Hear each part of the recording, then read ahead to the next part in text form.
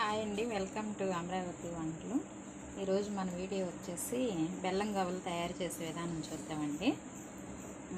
నేనైతే కేజీ పిండి తీసుకున్నాను. కేజీ పిండికి నేను 1 కప్పు బొంబాయి రవ్వ వేసాను, ప్లస్ కొంచెం సాల్ట్, సోడా ఉప్పు వేసి ఇలా కలుపుతున్నాను. మనం నెయ్యి కూడా వేసుకుంటే బాగుంటుంది. నెయ్యి అయినా వేసుకోవచ్చు, నూనె అయినా వేసుకోవచ్చు. అది 1 కప్పుకి వేడి ఇలా వేసేయండి. వేసి ఇలా కలిపేయండి. మొత్తం ఇలా వేసి కలపాలి. ఎలా అంటే ఇది ఇలా ముద్దగా రావాలన్నమాట. పిండి పట్టుకుంటే ఇలా అయిపోవాలి. వేసేసి కలుపుతూ ఉండాలి. మొత్తం కలగలపండి. ఇట్లా కలుపుకొని కొంచెం వాటర్ వేసి, ఇదిగోండి వాటర్ వేసి ఇలా కలిపేసుకోవాలి. మొత్తం మన చపాతీ పిండి ఎలా కలుపుకుంటామో అలా కలుపుకోవాలి.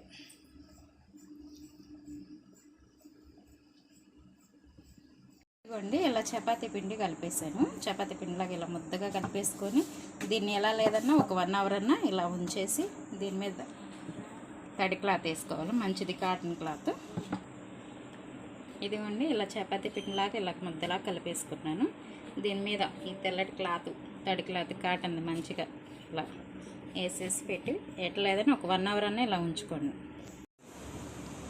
ఇదిగోండి గంట తర్వాత మనం గవ్వల పిండి అయితే ఇదిగో ఇలా వచ్చేసింది. దీన్ని కొంచెం కొంచెం ఇలా తీసుకొని చూడండి, ఇలా మెత్తగా అయిపోయింది. ఈ క్లాత్ ఇలానే ఉంచేసేయండి. ఇలా కొంచెం తీసుకొని ఇలా పెట్టేసుకొని ఇలా ఉండలు చుట్టేసుకోండి. మొత్తం ఇలా చిన్న చిన్నగా ఉండలు చుట్టేసుకొని ఇలా ఉండలు చుట్టండి. రౌండ్గా ఇలా రావాలి. చిన్నవి అంటే అవి పొంగేటప్పటికి మళ్ళీ పెద్దవి అయిపోతాయి. ఇలా చుట్టేసుకోండి మీడియం సైజులో. ఇలా ఆయిల్ కొంచెం పోసుకోండి. పోసుకొని ఇదిగో ఇలా మనం తీసుకున్నాం కదా, ఈ ఉండని ఇలా గోరు ఇలా పెట్టేసి ఇలా అనండి.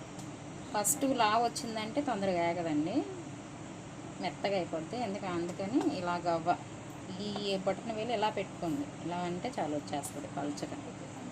ఇలా అనేసేయండి. అన్నీ ప్రతి ఒక్కటి ఇలా చేసేసుకోండి. చాలా సింపుల్. ఇదిగోండి ఇందాక మనం చూపించాను కదా, చూపించిన విధంగా ఇదిగో ఇలా గవ్వలు చేసుకున్నాము. గవ్వలని ఇలా నూనె బాగా కాగనిచ్చేసి ఇలా వేసేసుకోండి. ఆయిల్ ఇలా వేసేస్తే బాగా కాగి ఉండాలన్నమాట నూనె. అప్పుడు గవ్వ బాగా పొంగుతాయి.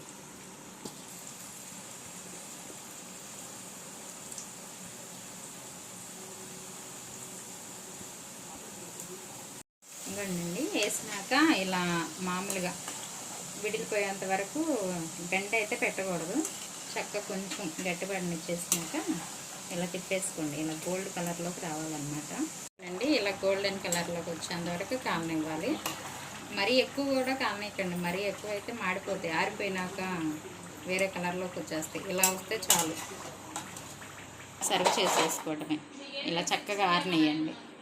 ఇదిగోండి కేజీ నేను మైదాకి 1/2 కిలో బెల్లం ఇలా కొట్టేసుకొని పెట్టుకున్నాను పాకానికి. మనం కేజీకి 1/2 కేజీ సరిపోద్దండి, ఎక్కువ కూడా అవసరం లేదు.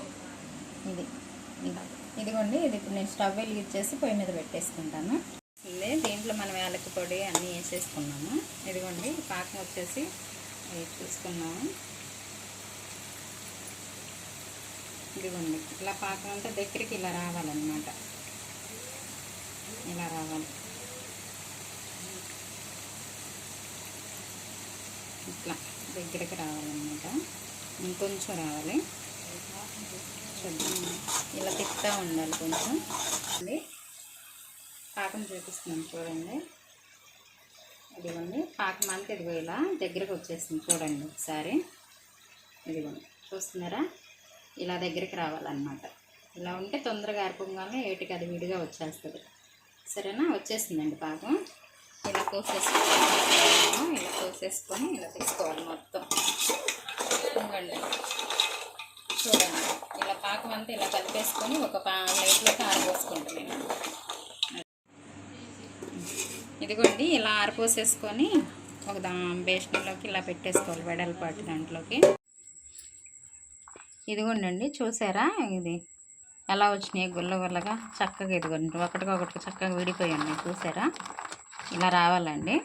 కరెక్ట్ కొలతలతో మనం కేజీకి అర కేజీ బెల్లం వేసుకుంటే సరిపోద్దండి. ఎక్కడ పాకం కూడా అసలు జిగురు అండటం కానీ ఏది లేదు. చూడండి మీరు, ఇదిగోండి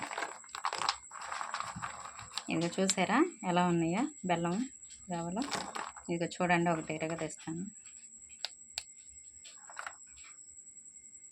ఇదిగోండి చూసారా ఇలా వచ్చినాయి.